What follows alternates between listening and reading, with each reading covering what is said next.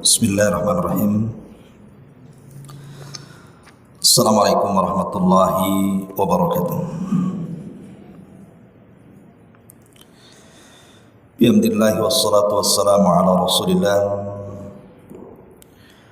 wa ala alihi wa sahbihi wa mawalah wa la hawla wa la quwwata illa billahi wa ba'du. Alhamdulillah, segala puja dan puji hanya milik Allah subhanahu wa ta'ala. Salawat dan juga salam kita hadiahkan kepada Rasul kita Nabi besar Muhammad sallallahu alaihi wa ala alihi wasallam. Kita lanjutkan kajian kita, masih membahas kitab Minhajul Muslim, kitab yang menjelaskan tentang konsep hidup seorang muslim dalam Islam. Dan kita masuk pada pasal ke-8, bicara tentang bab as-salat, bab yang bicara tentang salat. Pembahasan salat ini tentu sangat penting sekali, karena bagaimanapun salat ini hubungan kita dengan Allah subhanahu wa ta'ala, di mana seorang muslim tidak boleh terputus hubungannya dengan sang penciptanya.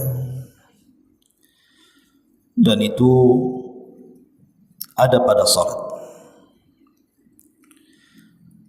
Karena kita tahu bahwa kita mau tidak mau harus berjumpa dengan Allah subhanahu wa ta'ala. Dan perjumpaan kita dengan Allah subhanahu wa ta'ala ada di dua tempat, di dunia dan dua tempat di akhirat. Adapun dua tempat di dunia, pertama saat kita salat, itulah perjumpaan kita dengan Allah subhanahu wa ta'ala. Di dalam Al-Quranul Karim, Allah subhanahu wa ta'ala menyebutkan ketika Allah mengatakan bahwa salat ini sangat berat dilakukan kecuali orang-orang yang khusyuk. Maka Allah subhanahu wa ta'ala menyebutkan siapa orang-orang yang khusyuk itu. Kata Allah subhanahu wa ta'ala, alladzina yadhunnuna annahum mulaqu rabbihim. Orang-orang yang khusyuk adalah orang yang sangat yakin ketika salatnya dia berjumpa dengan Allah subhanahu wa ta'ala. Karena bagaimanapun manusia ini banyak masalah. Saya, ibu, siapapun pasti adalah masalah.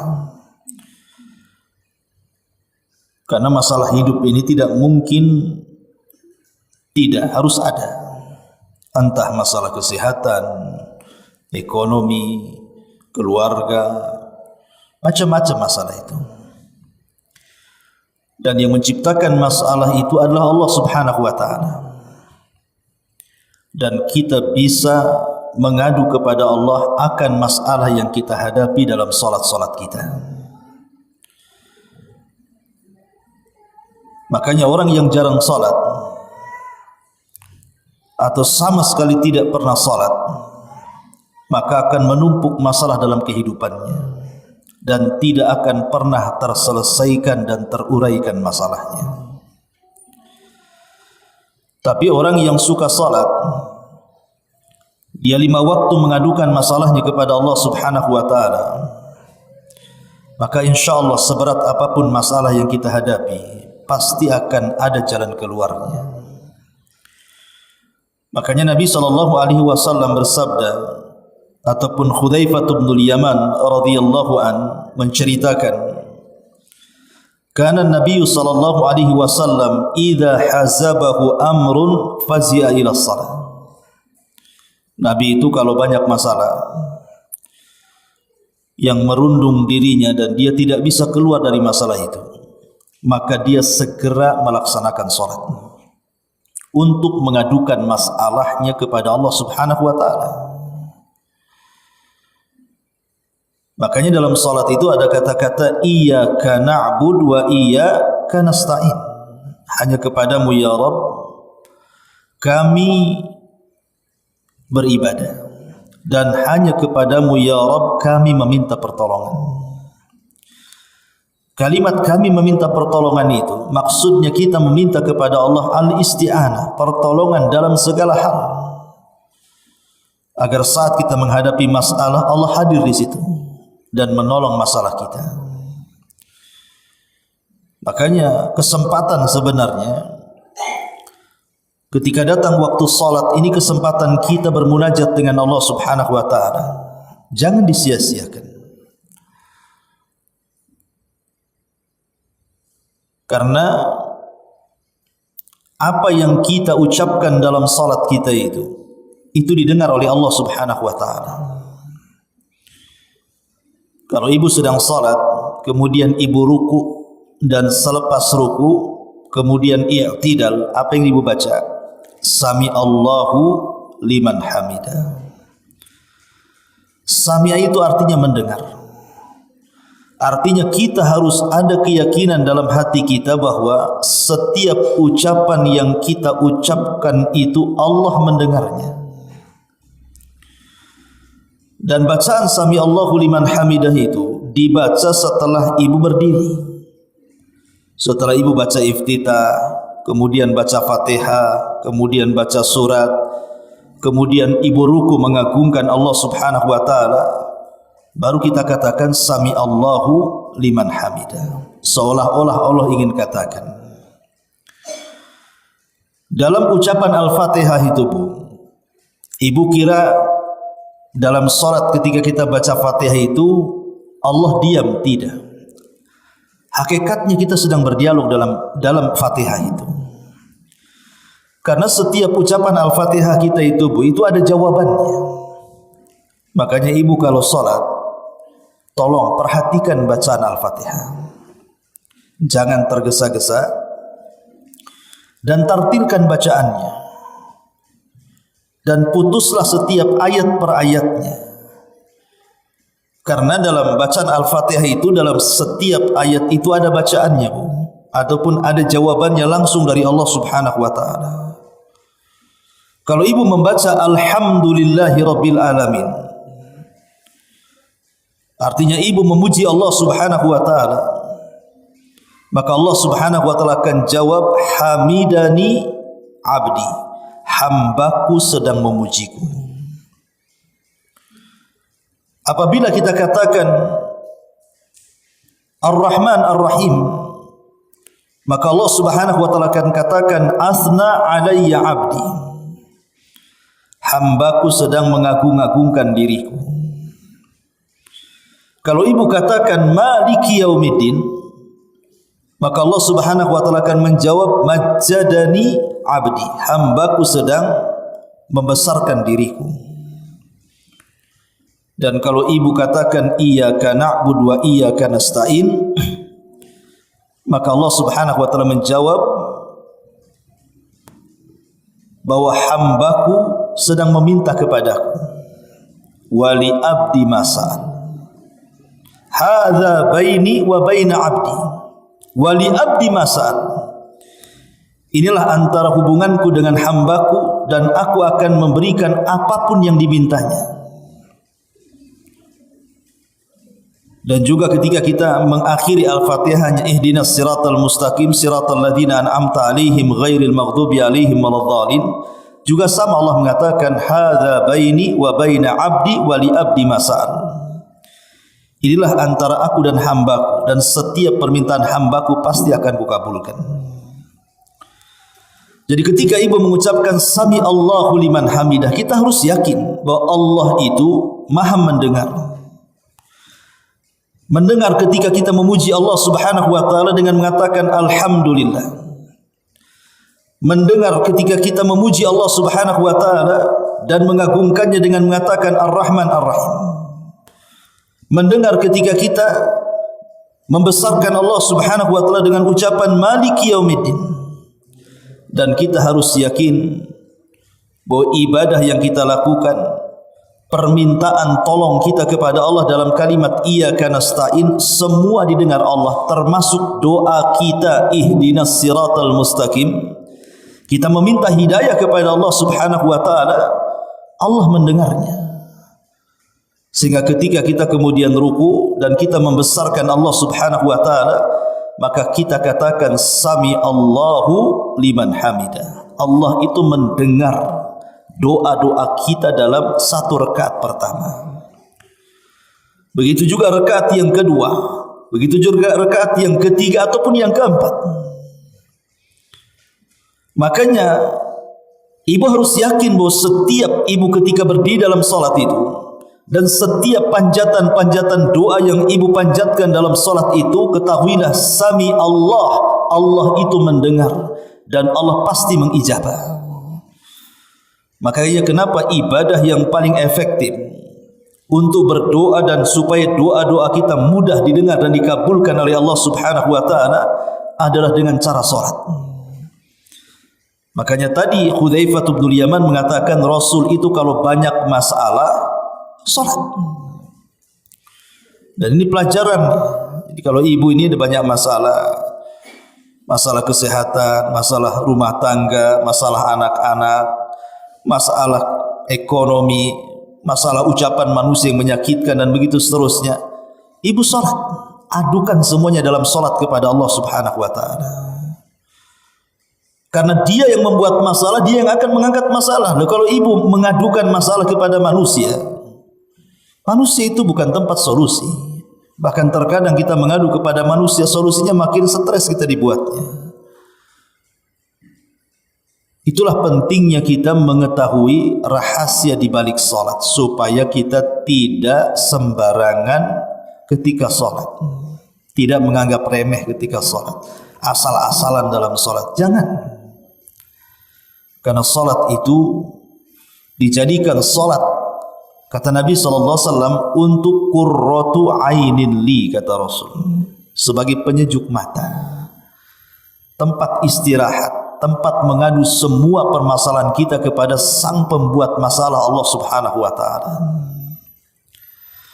Ma'asyiral muslimat yang dimuliakan Allah Azza wa Jalla, lihat para nabi. Maryam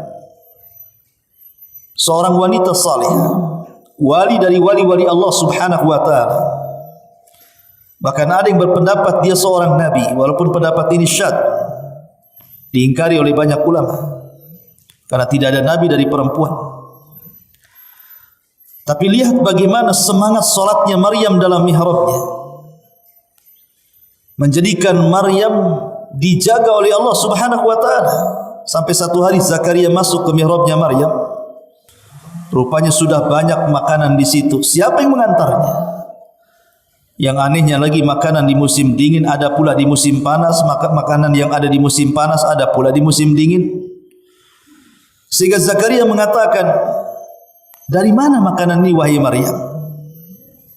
Maka Maryam hanya mengatakan, huwa min indillah, itu semua datang dari Allah Subhanahu wa taala, karamah. Maka siapapun yang menjaga salat seperti Maryam, dia menjaga rukunya, sujudnya kepada Allah Azza wa Jalla, maka akan datang penjagaan dan pemeliharaan Allah kepada kita. Sehingga akhirnya Zakaria berfikir untuk meniru Maryam. Maka Zakaria pun akhirnya membuat mihrab, dan dia pun mengikuti apa yang dilakukan Maryam. Dia salat terus dalam mihrabnya, meminta kepada Allah Subhanahu wa taala keturunan yang selama ini berpuluh-puluh tahun dia meminta kepada Allah tapi tidak diijabah. Tapi dia tidak pernah bosan. Akhirnya dia mengikuti tata cara Maryam, dia pun terus bermunajat dalam salatnya, dalam mihrabnya, sampai Allah kirim Jibril untuk memberitakan, annallaha yubashshiruka bi Yahya. Allah sudah menghabarkan gembira kepadamu wahai Zakaria akan kelahiran Yahya. Subhanallah. Apapun yang kita hajatkan, kita bisa minta dalam salat. Apapun yang kita inginkan, minta dalam salat.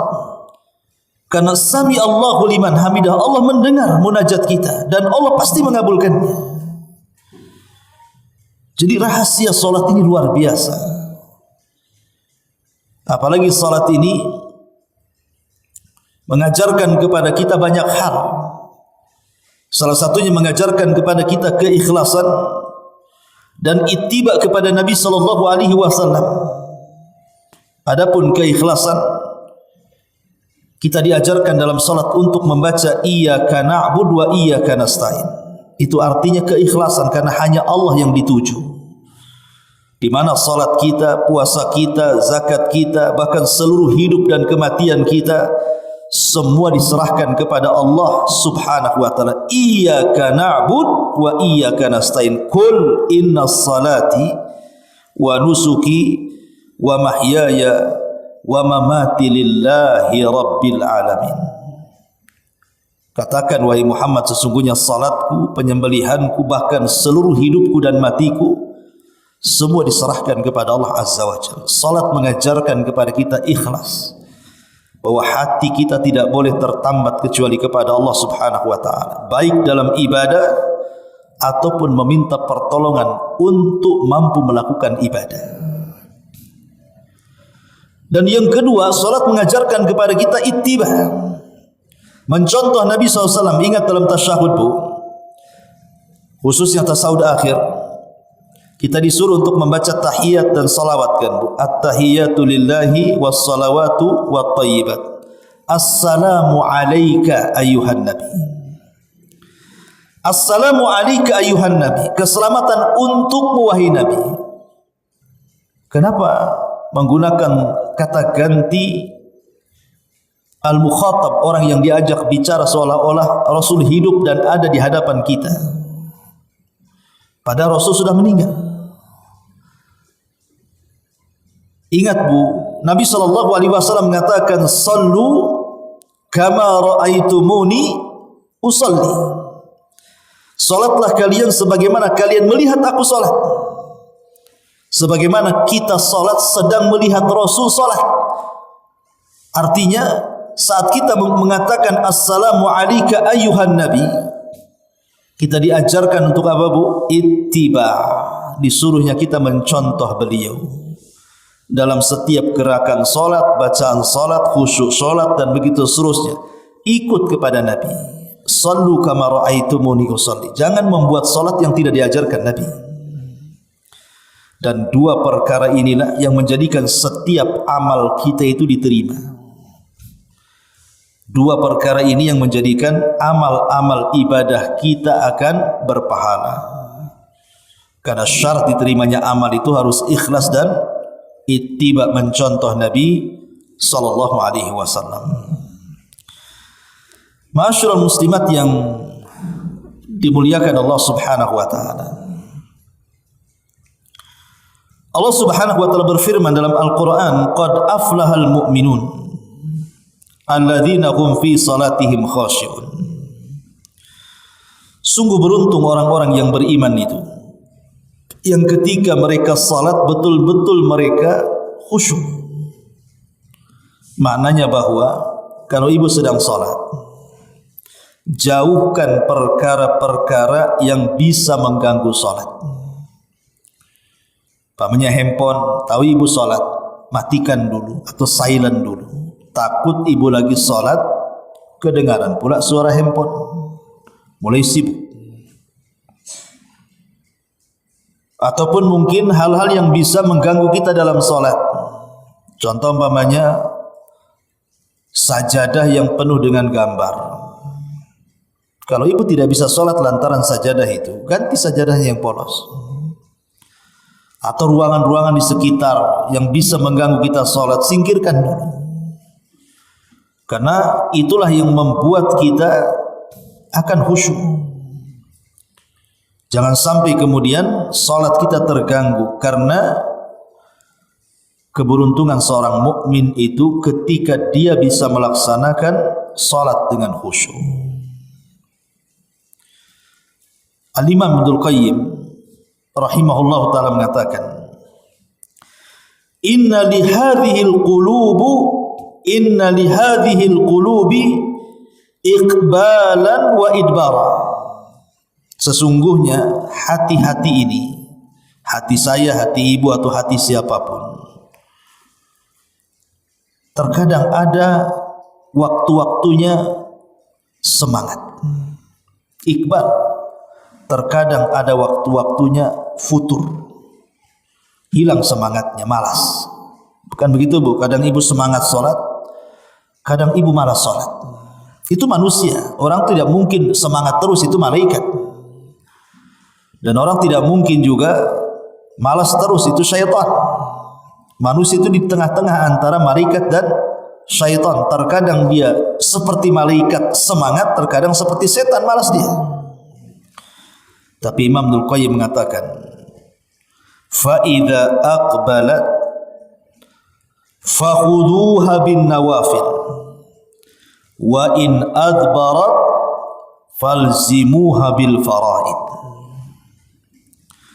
Kalau seandainya kita lagi semangat-semangatnya Bu, maka lakukan bukan hanya sholat wajib, lakukan juga sunnahnya. Jadi kalau ibu lagi semangat ini, jangan mencukupkan dengan yang wajib saja, ambil sunnahnya, ambil rawatibnya, ambil witirnya, ambil tahajudnya, ambil duhanya. Kalau ibu lagi semangat. Tetapi kata Imam Ibnul Qayyim, wa in adbarat, tetapi kalau kita lagi malas, maka beliau mengatakan falzimuha bil faraid, maka perhatikan sholat wajibnya. Okelah ibu malas sholat, tidak usah ibu sholat sunnah, tapi perhatikan yang wajibnya. Karena kata Imam Ibnul Qayyim rahimahullahu ta'ala, seolah-olah dia ingin mengatakan bahwa yang namanya futur itu pasti akan menghinggapi siapa saja.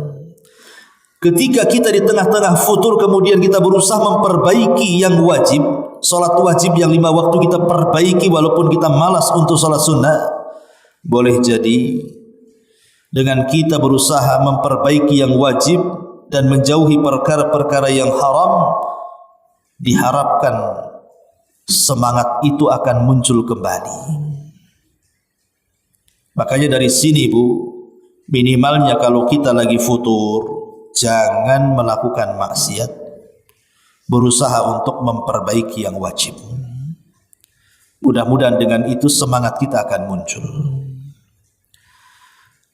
Baik, kita masuk pada kitab yang kita bahas di sini. Di sini pengarang Abu Bakar Al-Jazairi rahimahullahu taala membuat bab tentang hukum, hikmah dan keutamaan salat. Adapun hukum salat,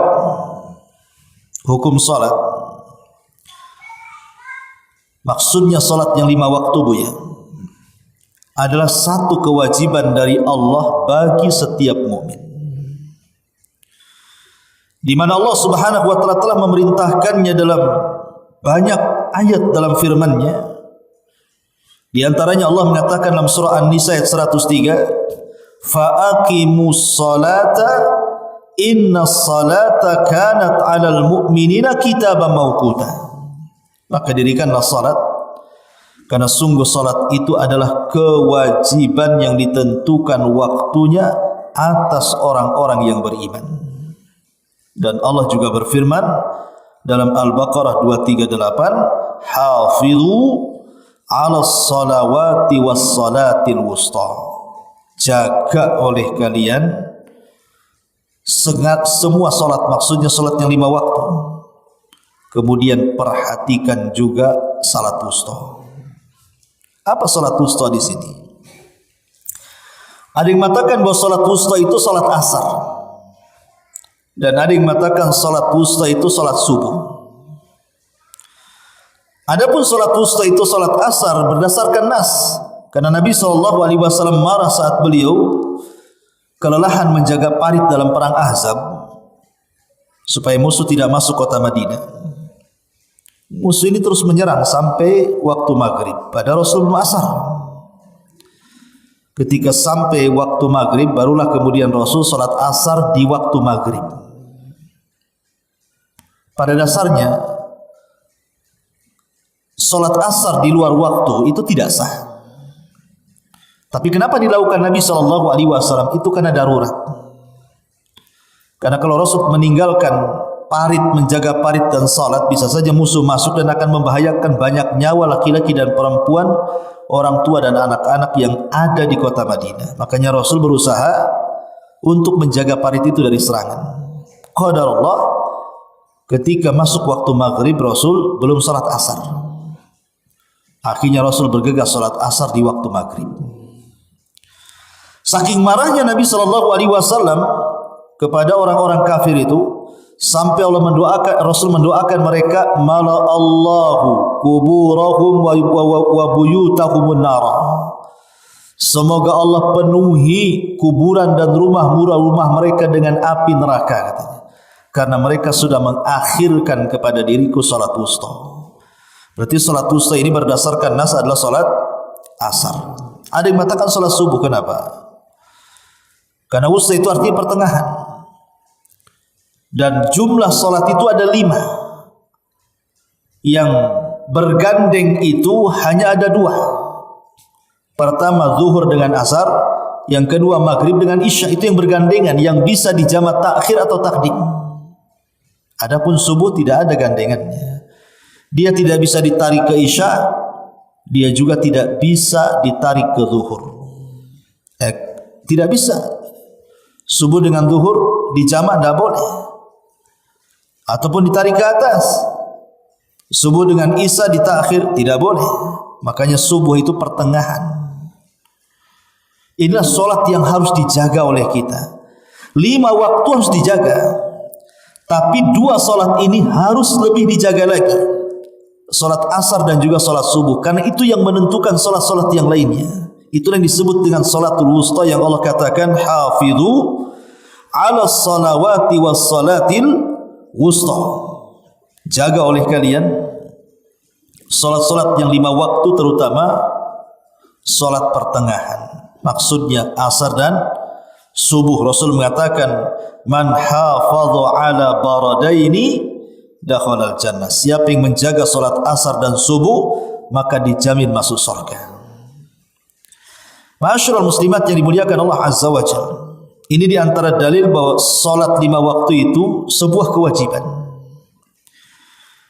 Kemudian diperkuat oleh sabda Nabi SAW, di mana Rasul menjadikan salat ini sebagai tiang kedua dari tiang-tiang bangunan Islam.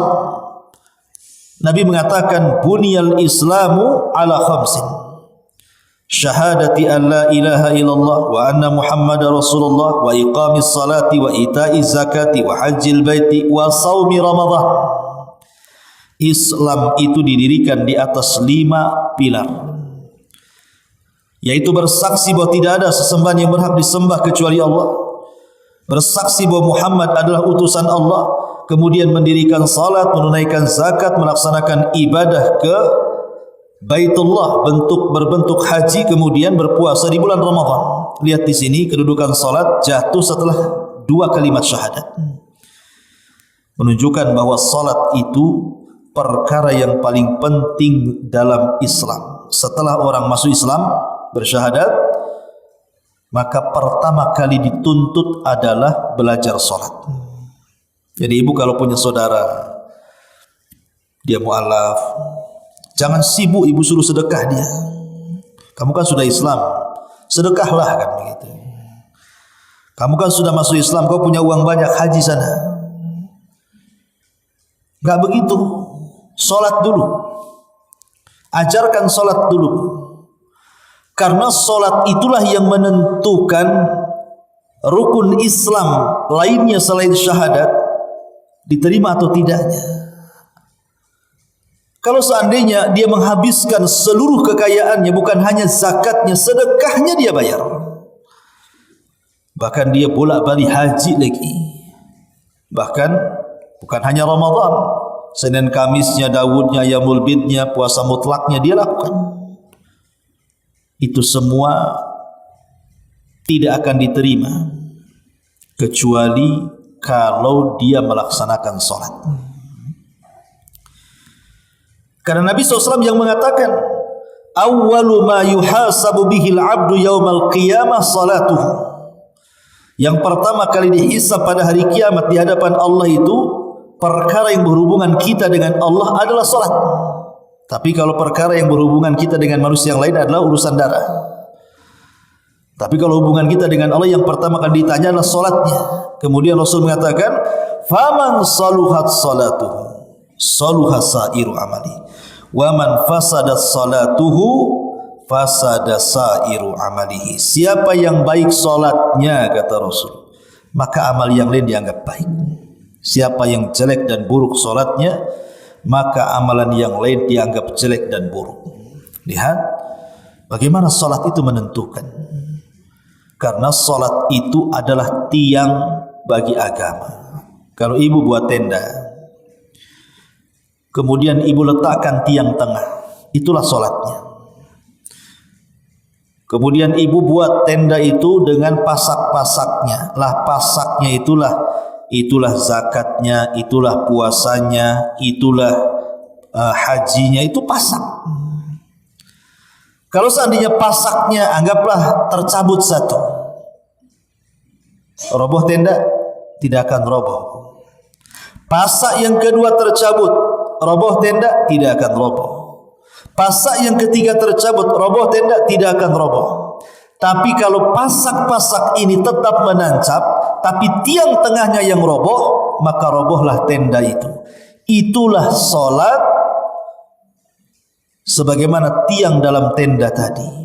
Makanya Rasul mengatakan as-salatu amududdin. Salat itu tiang agama. Kalau sampai roboh tiangnya, maka robohlah agama orang itu. Makanya saya heran, ada orang ngaku Islam tapi tak sholat. Islam bu, Islam Pak Ustaz. Nggak percaya? Ini KTP-nya. Muslimah saya Pak Ustaz. Kalau ditanya, enggak lah kami ini kafir. Marah nggak? Marah lah. Aku bukan Yahudi loh.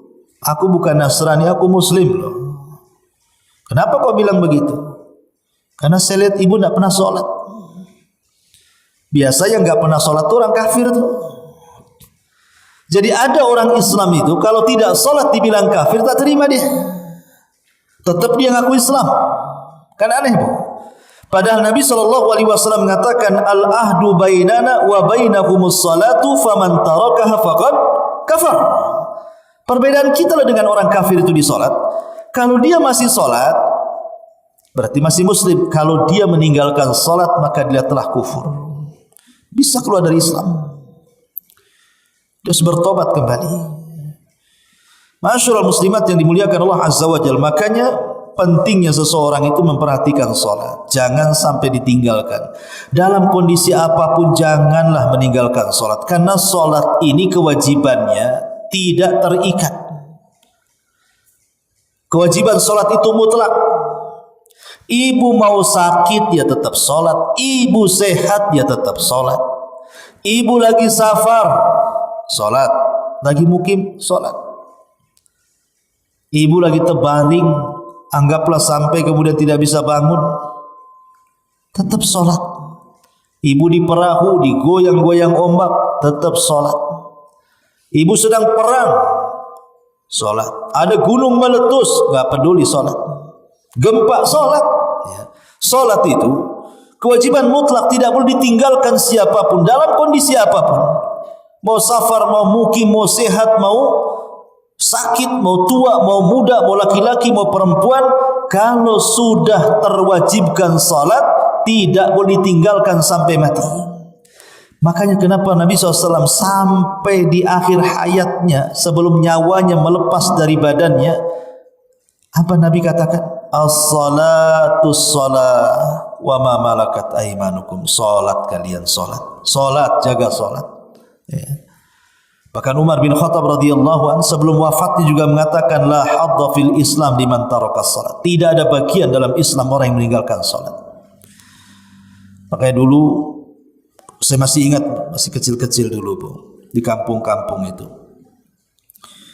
Jadi anak laki-laki itu walaupun nakal gitu ya, mereka pakai sepeda motor ngebut sana ngebut sini, tapi orang tuanya masih bagus, masih disuruh nyimpen sarung di jok motor tuh.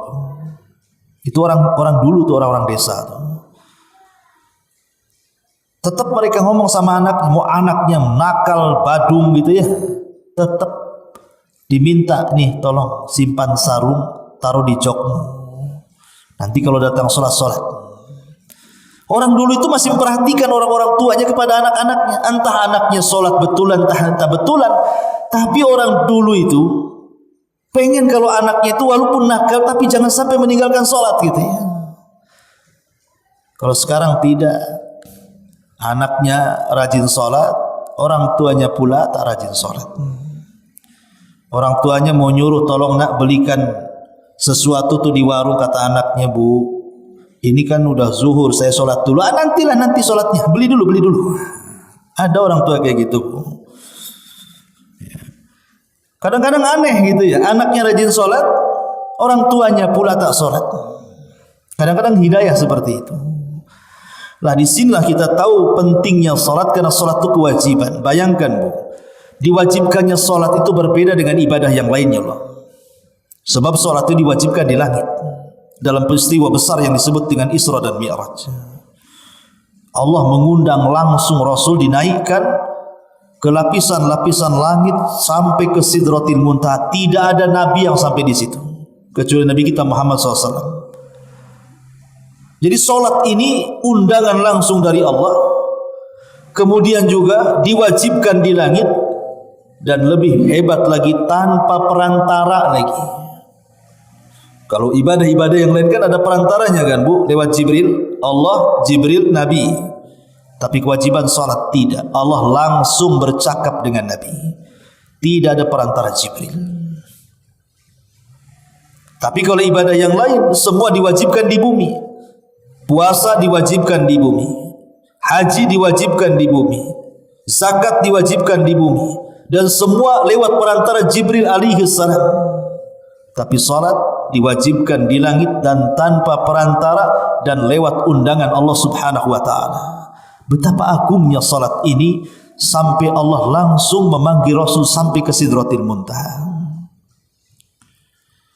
Ma'asyiral muslimat yang dimuliakan Allah Azza wa Jalla, makanya tidak ada satupun para nabi kecuali mereka melaksanakan salat. Dan ada perintah salat, walaupun mungkin cara salatnya beda-beda, tapi intinya mereka diperintahkan salat.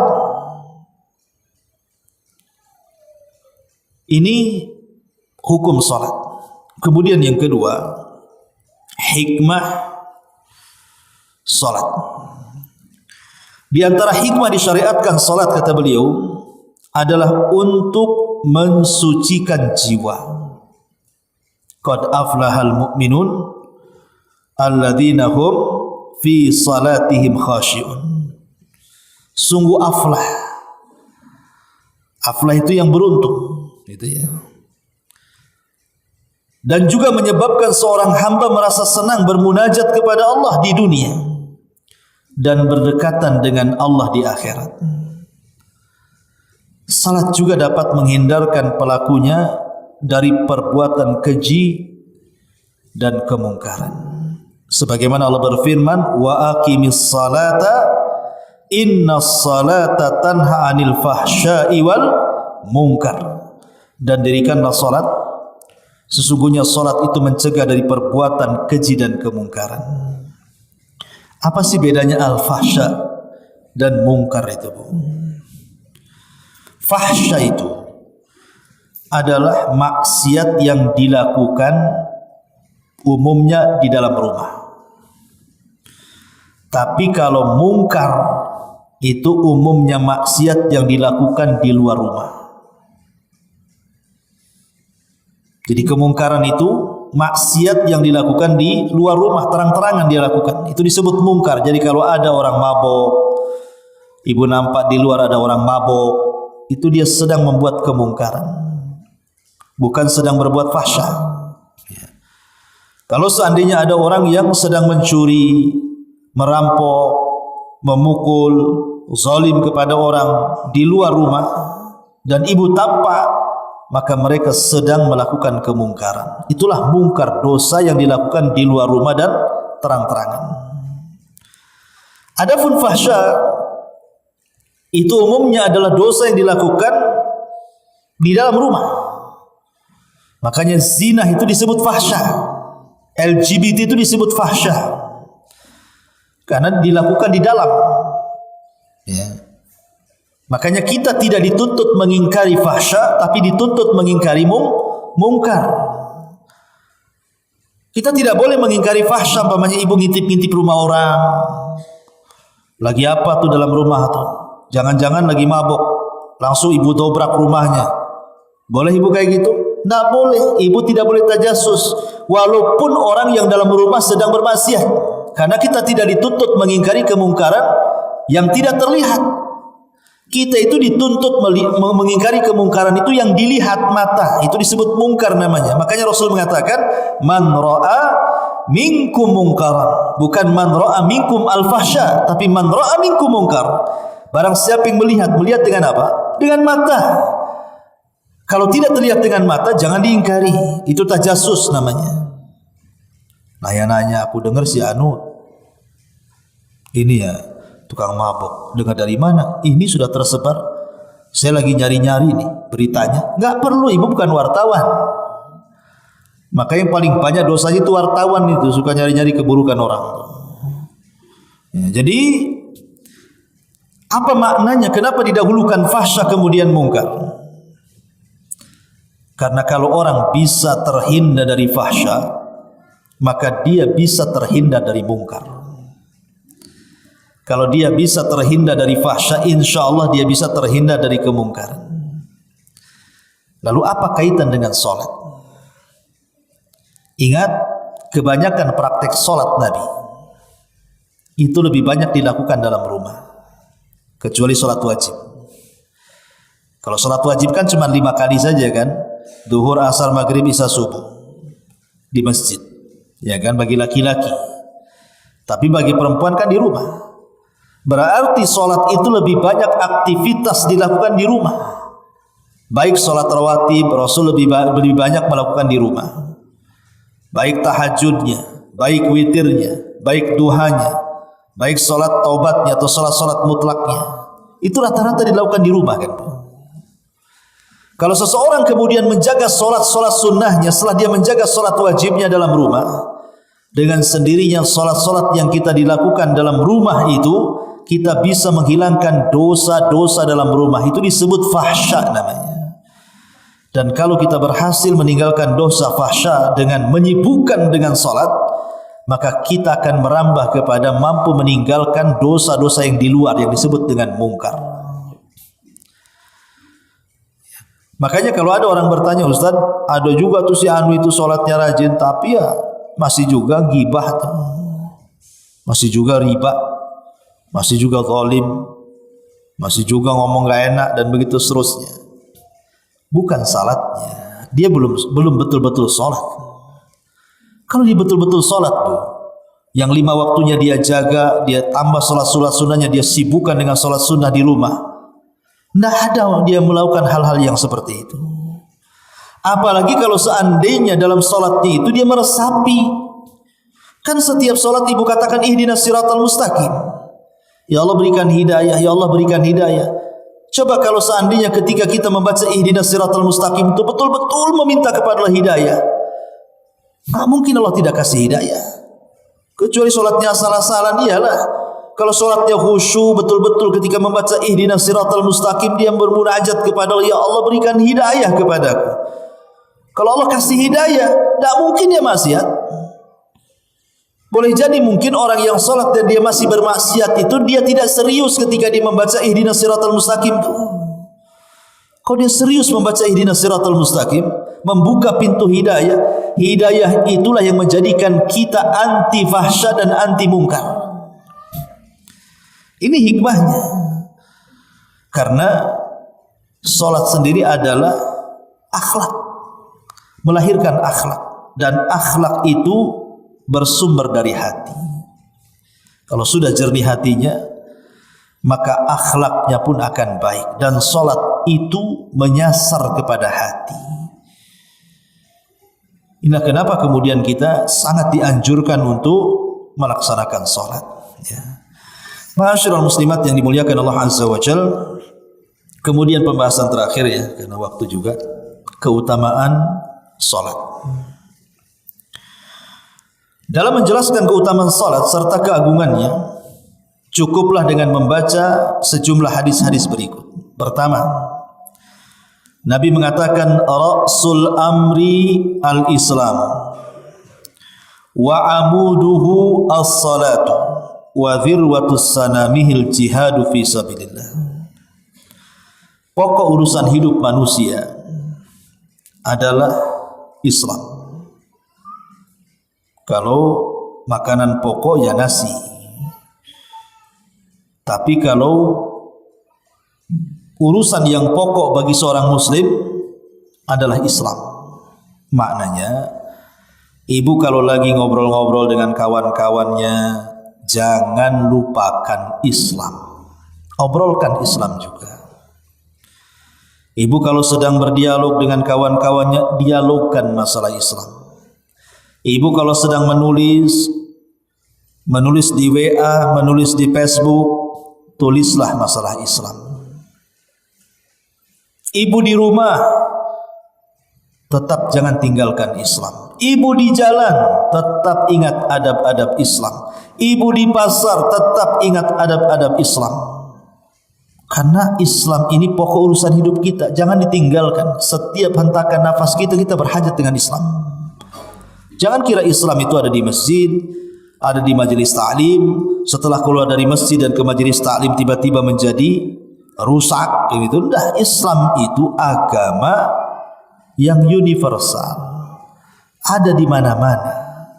Di kantor-kantor ya ada Islam, di pasar-pasar ada Islam, di jalan-jalan ada Islam. Bukan hanya terbatas di masjid dan majelis taklim saja. Karena Rasul mengatakan ra'sul amri al-Islam. Lah Islam yang sangat agung ini ada penopangnya. Wa amuduhu as-salatu. Dan tiang yang menopang Islam itu adalah salat. Ada salat, ada tiang. Tidak ada salat, robohlah tiang. Berarti roboh juga bangunan. Berarti roboh juga Islam. Kemudian yang kedua, Rasul mengatakan bainar rajuli wa bainal kufri tarkus salati. Pembeda antara seseorang dan kekufuran itu adalah meninggalkan salat. Jangan meninggalkan salat, itu dekat dengan kekufuran. Kemudian Rasul mengatakan umirtu an uqatilan nas hatta yashhadu an la ilaha illallah wa anna Muhammadar Rasulullah wa yuqimus salata wa yu'tuz zakata fa idza fa'alu dzalik asamu minni dima'ahum wa amwalahum illa bihaqqil Islam wa hisabuhum 'ala Allah. Aku diperintahkan memerangi orang-orang hingga mereka bersaksi bahwa tidak ada sembahan yang berhak disembah kecuali Allah dan Muhammadlah utusan Allah. Kemudian mendirikan salat dan menunaikan zakat. Kalau mereka melakukannya, maka mereka telah melindungi darah, harta, kecuali karena berkaitan dengan hak Islam dan hisab perhitungannya diserahkan kepada Allah. Artinya kalau orang salat terjaga darahnya. Nabi itu kalau mau menyerang sebuah pasukan, sebuah desa, sebuah tempat, Nabi sudah siapkan pasukan yang mau menyerbu tuh, mau menyerang mendadak tuh. Rasul tidak langsung menyerang, tapi Rasul menunggu waktu subuh. Kalau terdengar suara azan, maka Rasul tidak akan menyerang. Kenapa? Karena menunjukkan orang-orang itu salat. Maknanya kalau orang-orang itu salat, terjaga darahnya, terjaga hartanya, terjaga kehormatannya. Darahnya tidak boleh ditumpahkan, kehormatannya tidak boleh dirobek, hartanya tidak boleh diambil. Jadi kalau Rasul mau menyerbu sebuah desa, kok ada azan, balik ke Rasul, tak jadi. Ini yang keempat. Yang keempat, Rasul mengatakan as-salatu liwaqtiha. Salatlah tepat waktu. Ketika Rasul ditanya soal amalan yang paling afdal, maka Rasul mengatakan salatlah tepat waktu. Kemudian yang kelima, masalus salawatil khamsi kamathali nahrin adbin ghamrin bibabi ahadikum yaqtahimu fihi kulla yawmi khamsa marratin fama tarawna dzalika yubki min darani qalu la syai'a qala fa inna salawatil khamsa tudhibu dzunuba kama yudhibul ma'ud darana. Perumpamaan salat yang 5 waktu itu, Bu, seperti sebuah sungai yang airnya tawar, melimpah dan melintas di depan rumah. Kemudian ia mandi di dalamnya tiap hari sebanyak 5 kali. Apakah menurutmu, kata Rasul, masih ada kotoran orang mandi 5 kali itu? Sahabat mengatakan tidaklah, pasti bersih. Maka Rasul mengatakan, maka sesungguhnya salat yang 5 waktu itu akan menghapuskan dosa-dosa sebagaimana air membersihkan daki-daki dan kotoran badan. Iyalah, Bu, ibu nih mandi 5 kali. Pagi mandi, zuhur mandi, asar mandi, maghrib mandi, ba'da isya mandi. Apa nggak masuk angin, Bu? Ibu pasti bersih lah, sangat bersih. Nggak perlu ibu pakai skincare itu. Apa itu? Skincare itu. Nggak perlu, Bu, kalau ibu udah mandi 5 kali, belum lagi wudunya, apa nggak halus tuh kulit itu. Itu biasanya yang jarang mandi itu ya pakai skincare. Jadi kalau mandi 5 kali ya pasti bersih, tidak mungkin tidak bersih. Lah Rasul ingin mengkiaskan seperti itulah orang sholat.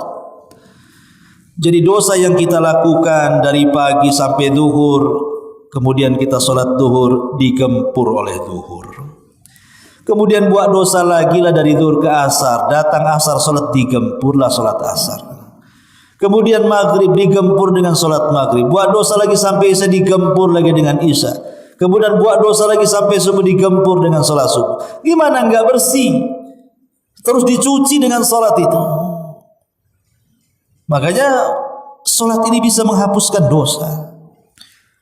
Dan yang keenam, ma mimri'im muslim tahduruhu salatun maktubatun fayuhsin wudu'aha wa khusyu'aha wa ruku'aha illa kanat kafaratan lima qablaha minadh dhunubi ma lam yu'ti kabiratan wa dzalika dahra kullahu. Tidak ada seorang muslim yang waktu salat wajib telah hadir lalu ia memperindah wudunya, memperindah khusyuknya, memperindah rukunya, melainkan salat itu akan menjadi kafarah penghapus dosa-dosanya yang telah diperbuat sebelumnya selama ia tidak melakukan dosa besar. Dan hal itu berlaku untuk sepanjang zaman. Subhanallah. Nah, di antara keutamaan salat. Wallahu alam, sampai di sini dulu. Silakan kalau ada yang bertanya.